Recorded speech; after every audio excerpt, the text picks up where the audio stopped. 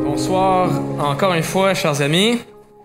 Content d'être là pour continuer à se plonger un peu dans des sujets épineux comme on en trouve dans les premiers chapitres de la Genèse. On m'a dit d'essayer de finir à 8h30. Fait que je vais essayer de faire ça vite pour respecter ce mandat. Vous vous rappelez du film Avatar, peut-être? Oui. Il y a un nouveau qui est censé sortir 2022. Supposément, ça fait comme 15 ans quelque chose. Fait que je sais pas, on va voir.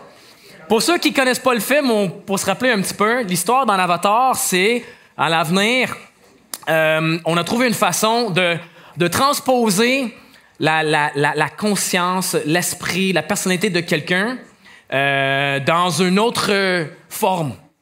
Donc, Jake, le personnage principal, il est handicapé physiquement et on réussit de mettre sa personnalité, le vrai moi, le moi intérieur de lui, dans un corps d'un extraterrestre, dans une autre planète. Et ça sonne peut-être un peu bizarre, mais c'est quand même intéressant comme film. Ce qui est très intéressant, c'est qu'au cœur de ce film et de ce que je viens de vous expliquer, il y a une idée très, très, très commune aujourd'hui par rapport au corps humain et à l'importance du corps humain. On va voir ce soir, on va lire quelque chose qui va remettre en perspective un petit peu cette prémisse un peu qu'on retrouve dans ce film puis qu'on trouve dans notre culture par rapport à ce que Dieu dit par rapport au corps humain. Tournez avec moi Genèse 1, toujours dans le premier chapitre, les versets 26 jusqu'au deuxième chapitre, verset 7. Je ne sais pas si c'est dans votre Bible, on va être toujours sur la page 1 ou si on tourne à 2. Ouais, OK, ça dépend. Ça dépend de l'écriture. Parfois, c'est très petit. Je vous laisse 2 instants pour le trouver. Genèse 1, verset 26 à chapitre 2, verset 7.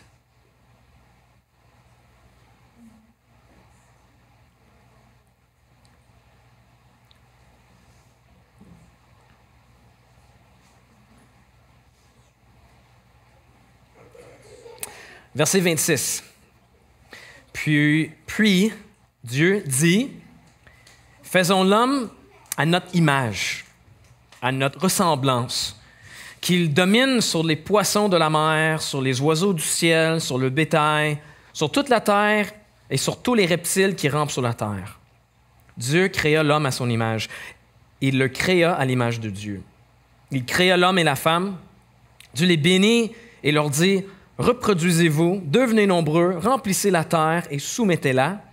Dominez sur les poissons de la mer, sur les oiseaux du ciel et sur tout animal qui se déplace sur la terre. » Dieu dit aussi, « Je vous donne toute herbe à graines sur toute la surface de la terre, ainsi que toute arbre portant des fruits avec pépins ou noyaux, ce sera votre nourriture. À tout animal de la terre, à tout oiseau du ciel et à tout ce qui se déplace sur la terre, à ce qui est animé de vie, je donne toute herbe verte pour nourriture. » Et cela se passe ainsi. Dieu regarda tout ce qu'il avait fait et il constata que c'était très bon. Il y eut un soir et il y eut un matin. Ce fut le 6e jour. Et là, 2e chapitre, verset 1. « C'est ainsi que furent terminés le ciel et la terre et toute leur armée. Le 7e jour, Dieu mit un terme à son travail de création et se reposa de toute son activité le 7e jour. Dieu bénit le 7e jour et en fit un jour saint, parce que ce jour-là, il se reposa de toute son activité, de tout ce qu'il avait créé. Telle fut l'histoire du ciel et de la terre quand ils furent créés. Lorsque l'Éternel Dieu fit la terre et le ciel, il n'y avait encore aucun arbuste des champs sur la terre et aucune herbe des champs ne poussait encore. Quand l'Éternel Dieu n'avait pas fait pleuvoir sur la terre, il n'y avait pas d'homme pour cultiver le sol. Cependant, une vapeur montait de la terre et arrosait toute la surface du sol. L'Éternel Dieu, façonnant l'homme avec la poussière de la terre, il insuffla un souffle de vie dans ses narines et l'homme devint un être vivant. La parole de Dieu. J'aimerais qu'on regarde rapidement, 3 choses ce soir. Vous savez peut-être que Genèse 2, ça répète pas mal les mêmes choses de Genèse 1. C'est un récapitulatif un peu. Sauf qu'en Genèse 2, on fait un zoom pour voir la création de l'homme et la femme. Beaucoup plus de détails par rapport à cette partie. Et j'aimerais qu'on regarde ce soir, surtout, le corps, la création du corps. 3 choses, la gloire du corps, ensuite la bonté du corps, et troisièmement, l'avenir du corps. La gloire du corps, la bonté du corps et l'avenir du corps. Prions ensemble. Seigneur Dieu, si le temps de prière est plus court que la prédication, c'est pas parce qu'on n'a pas besoin de toi. On a besoin de toi même plus qu'on les réalise en ce moment. C'est par toi qu'on vit, c'est par toi qu'on va continuer de vivre et on a besoin que tu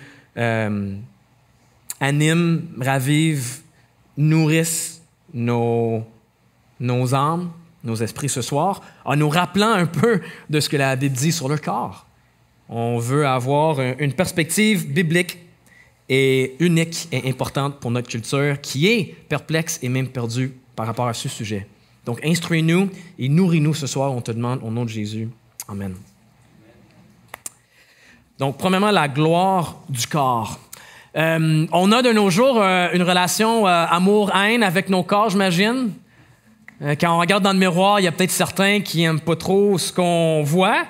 Et on aimerait peut-être ça, l'idée qu'on peut se débarrasser un peu du corps puis focusser sur ce qui est à l'intérieur. C'est pas une nouvelle idée, dans le fond. Les Grecs anciens, il y avait un peu une attitude semblable. Par exemple, Platon, il disait que le corps est la prison de l'âme. Donc, ce qui est important pour l'homme, c'est ce qui est à l'intérieur, c'est son esprit, c'est son âme. Le corps, c'est un peu dégueu, c'est facultatif, c'est pas le plus important. Mais là, ici, on lit quelque chose de différent. Ça dit que l'homme et la femme, autant le corps que l'esprit, est fait à l'image de Dieu. Versets 26-27. Faisons l'homme à notre image. Et là, à la fin, Dieu créa l'homme à son image. Il le créa à l'image de Dieu. Il créa l'homme et la femme. Cette idée-là de image de Dieu est bourrée de sens. Ça parle du fait que l'homme a l'autorité de diriger, de dominer sur la terre. On exprime cette image en relation. Ça dit même que les femmes sont créées à l'image de Dieu. Et vous allez dire, ben j'espère que c'est le cas. Oui, mais aujourd'hui, ce qu'on prend pour acquis, à l'époque, ce n'était pas le cas. À l'époque, tu ne trouvais pas des religions qui parlaient du fait que les femmes aussi étaient créées à l'image de Dieu. La Bible a une perspective, pardonnez l'expression, mais féministe, de la manière que ça communique et souligne l'importance, la valeur, la dignité de la femme pour comparer à ce qu'il y avait avant. Mais voici le plus important pour nous ce soir, quand on parle de l'image de Dieu, ça veut dire qu'on est fait à sa ressemblance. De la même manière que si vous avez des enfants, vos enfants vous ressemblent un petit peu, parfois trop dans la personnalité peut-être, vous allez dire, mais au moins physiquement, il y a une ressemblance. Bien, de la même manière, on ressemble à Dieu. L'image de Dieu, ça veut dire c'est un genre de miroir qui fait en sorte qu'on reflète le caractère de Dieu vers tout le monde. Même dans un monde après la chute, même après la chute. Cette image-là est brisée absolument, c'est sûr, mais ça reflète quand même un aspect de Dieu. Et donc, si c'est le cas, si on ressemble à Dieu, si on est fait à son image, ça veut dire que chaque être humain, sans aucune exception, a une valeur inhérente, une dignité inhérente, sans aucune exception. Encore une fois, c'est rien de fou, de nouveau que je vous dis ce soir. Si je posais la question, est-ce que chaque être humain a le droit d'être traité avec dignité et respect, tout le monde, j'espère, va dire oui. Mais pourquoi? Ça, c'est intéressant. Pourquoi? Aujourd'hui, tout le monde est d'accord que c'est le cas, mais pourquoi? Vous voyez, dans une société comme la nôtre, une société laïque, séculaire, où Dieu n'existe pas, c'est extrêmement difficile d'arriver à une base commune pour expliquer d'où viennent les droits de la personne. On sait qu'ils existent, mais pourquoi ils existent? Puis si je posais la question à un groupe de profs en philo à l'Université de Montréal, il n'y aurait pas un consensus. On est d'accord que ça existe, mais pourquoi? Quelqu'un va dire, ben les droits de la personne, c'est une évidence. Ça va de soi que ça existe. Ah ouais? T'es-tu déjà été en Chine? Et ça n'existe pas en Chine ou en Russie. Quelqu'un va dire, non, c'est vrai, mais les droits de la personne, ça a toujours fait partie de la pensée occidentale. Non, là non plus, c'est pas vrai. Aristote, le philosophe grec qu'on aime tous, Aristote, il croyait qu'il y avait des races qui devaient être des esclaves. Il y avait des races destinées à être esclaves à cause de leur faiblesse ou leur whatever. OK? Mais peut-être les droits de la personne, ça existe parce que les humains ils ont la capacité pour raisonner, pour faire des choix, une conscience de soi. La petite Florence, qui a 1 an, qu'on a parlé ce matin, non, elle n'a pas cette capacité-là. Est-ce qu'elle n'a pas de droit? Les personnes avec un handicap intellectuel, ils n'ont pas de droit. Vous voyez, c'est un problème. Il n'y a pas de consensus sur cette question. Ça n'arrive pas souvent, mais de temps en temps, je tombe sur un écrivain, un intellectuel qui amène sa croyance que Dieu n'existe pas à sa conclusion naturelle. Puis j'en ai tombé sur un l'autre jour. Oliver Holmes, un juge réputé à la Cour suprême au début du 20e siècle. Lui, il ne croyait pas en Dieu. Et il amenait sa non-croyance à sa conclusion naturelle. Il a écrit « L'homme moderne doit admettre qu'il n'y a aucune raison d'imputer à l'homme une nature d'une importance différente de celle d'un babouin ou d'un grain de sable. On a la même importance qu'un babouin ou un grain de sable. » C'est ça qu'il veut dire. Si on ne croit pas en Dieu, mais que toute vie a évolué au hasard et par accident, et là, l'implication de cette vision du monde nous amène inévitablement à la conclusion que les êtres humains n'ont pas plus d'importance qu'un babouin ou même un grain de sable.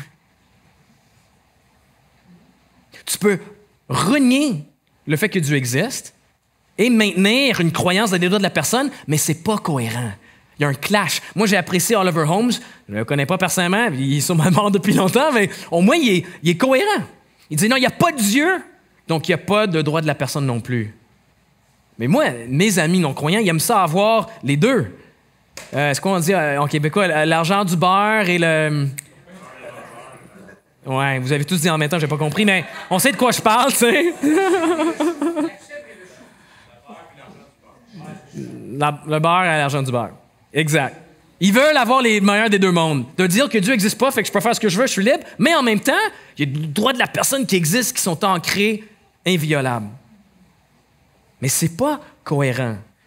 La raison pour laquelle c'est mal d'opprimer, pour une race, d'opprimer une autre race, c'est à cause de l'image de Dieu. On est tous créés à l'image de Dieu. Puis si vous êtes familier un peu avec le mouvement américain des droits civiques, Martin Luther King Jr., il se basait sur ça.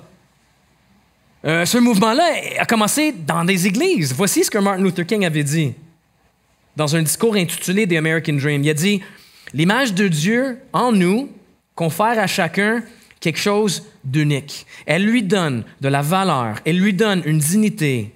Il n'y a aucune gradation dans l'image de Dieu.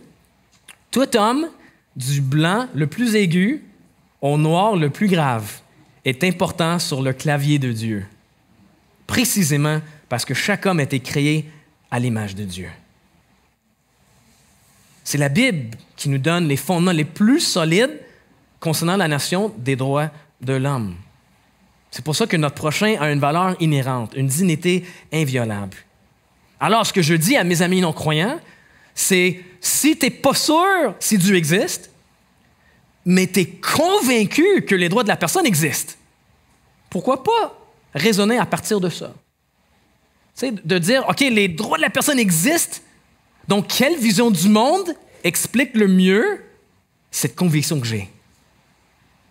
Moi, j'essaie de pousser mes amis non-croyants à voir l'incohérence qui existe et les faire voir que leur vision du monde par rapport aux droits de la personne, c'est excellent, mais c'est la vision biblique qui l'explique le mieux. Et donc, de quelle façon est-ce qu'on vit cette bénédiction incroyable d'être créé à l'image de Dieu? Dans un corps. C'est par un corps qu'on vit l'image de Dieu. Selon la Bible, ce qu'on vient de lire, le corps est un don sacré, un don d'être créé à l'image de Dieu. Tous les corps, pas juste les jeunes corps, mais aussi les vieux corps sont créés à l'image de Dieu. Notre culture n'a pas beaucoup de tolérance pour les vieux corps, malheureusement. Tous les corps sont créés à l'image de Dieu. Pas juste le 2% de corps qui conforme à un standard qu'on a imposé aux gens. Surtout pour les femmes, j'ai tellement de compassion pour vous de devoir subir ce que la culture vous impose, ce standard ridicule. Tous les corps sont créés à l'image de Dieu. Alors, deuxièmement, on va garder la bonté du corps. Et ça, c'est important à souligner parce que un autre phénomène moderne dont on est témoin en ce moment, c'est une certaine séparation du corps et de l'esprit. C'est-à-dire, selon notre culture, le vrai toi, c'est le moi intérieur. C'est qui tu sens être en dedans. C'est ça la vraie personne. La Bible appellerait ça l'âme ou l'esprit. C'est ça le plus important. Ton corps, c'est juste le container dans lequel ton esprit se retrouve. C'est secondaire, c'est accessoire. Donc, ce qu'on voit, dans le fond, c'est que la psychologie a pris le dessus sur la biologie. N'est-ce pas? On dit que tu es ce que tu ressens. Et donc, l'expérience personnelle est la chose la plus importante et toute autre chose doit se soumettre à cela. On voit cela surtout dans l'expérience de nos amis transgenres ou d'autres qui souffrent de la dysphorie de genre. Je ne sais pas si vous connaissez ce terme-là, la dysphorie de genre. La dysphorie de genre, c'est une vraie souffrance qui arrive lorsqu'il y a un conflit entre notre genre biologique et le genre qu'on pense être dans notre esprit, dans notre moi intérieur. C'est quelqu'un qui va dire, il y a quelque chose de brisé en moi, je suis en détresse parce que mon corps est un genre, mais dans mon moi intérieur, dans mon esprit, je suis un autre. Je suis né avec un corps féminin, mais dans mon esprit, je sens que je suis un homme. On appelle ça la dysphorie de genre. Et c'est une souffrance. Pouvez-vous imaginer, mettez-vous à la place d'une telle personne, pouvez-vous imaginer la souffrance de vivre ce genre de conflit? Il faut avoir de la compassion pour quelqu'un qui vivrait ça, avant tout. Malheureusement, ce qui se passe, c'est de nos jours, quand il y a un conflit entre les deux, comment est-ce qu'on essaie de régler ce conflit? Bien, vu que c'est l'esprit qui triomphe, parce que le vrai moi, c'est le moi intérieur, bien, on utilise une chirurgie, ce qu'on appelle la chirurgie de réattribution sexuelle, et on fait conformer le corps à l'esprit. On dit que dans la tête, la personne pense qu'il est une femme, bien, on va faire conformer le corps d'homme pour correspondre à cela. C'est la solution qui est proposée pour résoudre la dysphorie du genre. Parce que la psychologie a pris le dessus sur la biologie. C'est ce qui est à l'intérieur qui compte le plus. Et encore une fois, c'est parce qu'à notre époque, on a séparé le corps et l'esprit. Et encore une fois, c'est rien de nouveau. On a tout le temps l'impression que ce qu'on vit aujourd'hui, c'est comme toujours, c'est du jamais vu. C'est pas vrai. Vous vous rappelez peut-être, dans le Nouveau Testament, il y a comme une hérésie qui s'appelle le gnosticisme. Les écrivains bibliques, ils enseignaient beaucoup contre ça parce que c'était partout. Bien, c'était ça qu'ils enseignaient.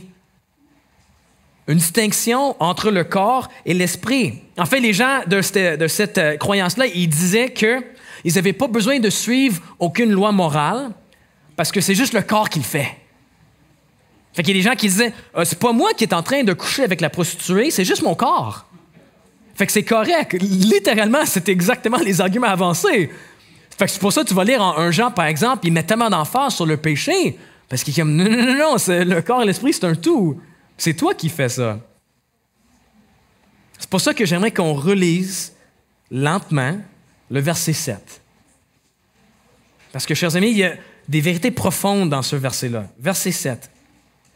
L'Éternel Dieu façonna l'homme avec la poussière de la terre. Il insuffla un souffle de vie dans ses narines et l'homme devint un être vivant. La première chose la première chose que Dieu fait dans la création de l'homme, c'est de lui créer un corps. Dieu, il n'a pas créé un esprit qui s'appelait Adam, puis ensuite il s'est mis à dire, man, je le mets dans quoi déjà? Il n'y a pas de Tupperware, il n'y a rien. Hey, corps, nice, tu sais, solution. Non, c'était pas du tout ça. Il a pris la poussière, il a façonné un corps, et ensuite il a insufflé la vie dans ce corps. Tu sais, vous voyez à quel point c'est signifiant. On était un corps avant même qu'on soit une personne. C'est majeur. Puis là, je ne suis pas en train de faire l'erreur inverse. Je ne suis pas en train de dire que le corps est plus important. Non, mais ça veut dire que le corps n'est pas accessoire. Le corps n'est pas jetable ou remplaçable. Non, l'être humain est un tout unifié. Corps et esprit. Et qu'est-ce que Dieu dit après avoir créé ce corps et esprit, après avoir créé l'homme et la femme? Verset 31. Dieu regarda tout ce qu'il a fait et il constata que c'était très bien. Pas tolérable, pas moyen, même pas bon. Très, très bon. Ça, c'est super important. Parce que ça veut dire que le genre fait partie de cette création qui est très bon. Le genre que Dieu t'a donné n'est pas un accident, c'est quelque chose qui est très bon. Le genre, il n'est pas juste une construction sociale, comme on entend beaucoup de nos jours. Non, c'est quelque chose créé par Dieu pour notre bien et sa gloire. Si tu as le corps physique d'un homme ou le corps physique d'une femme, c'est pour des bonnes raisons par un Dieu qui est bon. Le genre a été conçu par Dieu pour l'épanouissement humain. Aucune partie de notre humanité est arbitraire ou sans but. Non, tout est très bon. Dieu ne fait pas d'erreur. Donc, pour nos amis transgenres, ou les amis transgenres qu'on va faire bientôt, qu'est-ce qu'on a besoin de leur dire? Bien, si tu es un chrétien, puis tu as l'habitude de te moquer de cette situation, de rire d'eux, de les étiqueter tous des pervers, c'est mauvais. Est-ce qu'il y a des conséquences importantes pour ce phénomène-là? Oui. Est-ce qu'il y a des dangers? Il faut être conscient? Oui, absolument. Je ne suis pas naïf. Mais si on manque de compassion pour ce que ces gens-là vivent, si on ne réalise pas que ça aurait même pu être nous, avec ce conflit entre notre genre physique et notre genre dans notre esprit, ça serait un problème. Et c'est un problème parce que, savez-vous quoi? Nos amis transgenres ont raison avec quelque chose. Savez-vous c'est quoi le cri de mes amis transgenres? Quand je les écoute, voici ce qu'ils disent dans le fond. Ils disent, « Hey Brad, il y a quelque chose en moi qui cloche. Il y a quelque chose en moi qui cloche depuis ma naissance. Je ne suis pas la personne que je suis censé être. Il y a quelque chose de brisé en moi. » Hey, ça sonne-tu familier, ça? Mes amis, c'est le cas pour chacun d'entre nous. Depuis ma naissance, il y a quelque chose qui cloche en moi aussi. C'est le péché. Aucun d'entre nous est la personne qu'on est censé être. Mais là, si tu es trop occupé à blaster, à insulter, à te moquer de la personne transgenre, tu n'auras pas l'occasion de lui dire ça. Tu n'auras pas l'occasion de venir à côté de lui et dire « Je suis d'accord avec ce que tu viens de dire, mais j'ai une solution pour toi, bien meilleure qu'une solution chirurgicale. J'ai une solution spirituelle. » C'est ce que Jésus propose, n'est-ce pas? Aucune stratégie de développement personnel va aider, aucune chirurgie physique. Non, ce qu'ils leur font, c'est une nouvelle naissance. N'est-ce pas? Et c'est exactement ce que Jésus promet. En vérité, à moins de naître de nouveau, personne ne peut voir le royaume de Dieu. C'est ça qu'il leur faut. Mais est-ce que l'Église de Jésus-Christ ici au Québec va être capable de transmettre ce message? Ou est-ce qu'on va être vu comme des gens tellement haineux, intolérants, que personne ne va nous écouter? Écoute, peut-être des gens vont nous étiqueter comme des gens haineux, intolérants. Mais j'espère que ce n'est pas vrai. Si les gens nous accusent de ça pour pas de bonnes raisons, ben il n'y a rien qu'on peut faire. Mais si c'est juste, tu sais, si c'est parce qu'on a été méchants et moqueurs de ces gens-là, ça ne serait pas quelque chose qui plairait à Jésus. Troisièmement, dernièrement, l'avenir du corps. On vient de dire que le corps humain, que l'être humain est un tout unifié. Mais le prochain chapitre, vous savez, Genèse 3, ça va introduire quelque chose qui va mettre fin un peu à cette unité. La mort. À la mort, il y a une séparation de corps et esprit. Le corps va aller dans la terre temporairement et l'esprit va aller avec Jésus si vous êtes quelqu'un qui est décidé de suivre et aimer Jésus. Le corps et l'esprit sont séparés à la mort. Mais ce qu'il faut se rappeler, c'est que c'est temporaire. Tu sais, j'ai l'impression parfois quand j'entends les chrétiens parler du ciel, j'ai l'impression parfois qu'ils oublient l'aspect du corps. Je les entends parler comme si on va être comme des esprits flottants, jouant la harpe éternellement. C'est même pas un harpe. C'est clair que je joue pas de la musique. Qu'on flotte sur des nuages éternellement. C'est tellement pas vrai. Quand Jésus revient, qu'est-ce qui va se passer? Nos corps vont être ressuscités, ils vont être réunis à nos esprits et qu'ils vont vivre à nouveau comme un tout unifié corps et esprit. Ça, c'est important. La vision biblique du monde est tellement unique. La Bible enseigne que l'avenir n'est pas un paradis immatériel, mais des nouveaux cieux et une nouvelle terre. C'est pour ça, en français, je sais que c'est différent qu'en anglais, mais l'idée d'aller au ciel, je trouve ça tellement bizarre parce que c'est comme si on pense qu'on va flotter quelque part. Mais c'est pas vrai. Non, on va habiter sur une terre. Cette terre renouvelée, rendue parfaite, aucune pollution, aucune peste, maladie, mais ça va être ici, les amis. Ça va pas être ailleurs. Et on aura des corps physiques pour vivre dans cette réalité, sur cette terre matérielle renouvelée. Donc, c'est ça l'espoir ultime pour nos amis qui souffrent de la dysphorie de genre, ou même pour ceux dont le corps ne fonctionne pas comme il devrait, quelqu'un handicapé, quelqu'un aveugle, sourd. C'est dans ce nouveau monde qu'on attend. Ce nouveau monde, c'est pas une consolation pour compenser pour la vie que tu n'as jamais eue. C'est plutôt une restauration de la vie qu'on a toujours voulu. Voici ce que je veux dire. Vous savez, la fondation Make-A-Wish, pour les enfants malades ou qui vont mourir bientôt, c'est tellement triste, mais le but, c'est d'exaucer le vœu d'un enfant qui va bientôt mourir. Un enfant qui a le cancer et qui ne peut plus sortir dehors pour le reste de ses jours, bien, au moins, il va avoir la chance de rencontrer Carey Price, quelque chose comme ça. Et c'est incroyable, c'est super. Mais ce n'est pas ça, la perspective biblique. La perspective biblique, c'est pas « Ah, tu as beaucoup souffert dans la vie, ben tiens, voici une compensation. » Non, la Bible nous dit qu'il y a quelque chose d'encore meilleur qui nous attend. Pas juste une compensation, mais il y a une restauration. L'enfant malade, qui va bientôt mourir, il va avoir un corps renouvelé, sur une terre matérielle renouvelée, pour qu'il puisse aller jouer dehors. C'est pas fini pour lui. Pour lui, la résurrection, c'est pas juste sa consolation, mais il y a une restauration de la vie qu'il a toujours voulu avoir. Ou un autre exemple. Quelqu'un qui est célibataire, qui n'a jamais eu ou qui a perdu la chance de se marier. Cette personne-là ne va pas être privée du mariage éternellement. Non, non, non. Qu'est-ce qui nous attend à l'avenir? Le meilleur mariage imaginable. On va être mariés à Jésus. Puis je sais, les gars, c'est bizarre de le dire, Jésus, c'est notre époux, mais c'est fair parce qu'on dit que les femmes sont fils de Dieu. Donc les gars, on est épouses de Christ, puis il faut dealer avec, c'est comme ça que ça fonctionne.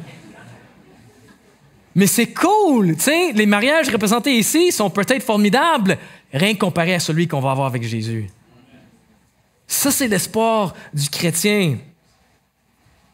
Donc pour la personne qui souffre de la dysphorie de genre, c'est la même chose. C'est pas juste dire « Ah ouais, c'est dommage, mais tiens, il faut faire des sacrifices. » Non, non, non. La Bible dit que tu vas vivre un mariage dans un corps qui va être rendu parfait sans cette dysphorie du genre.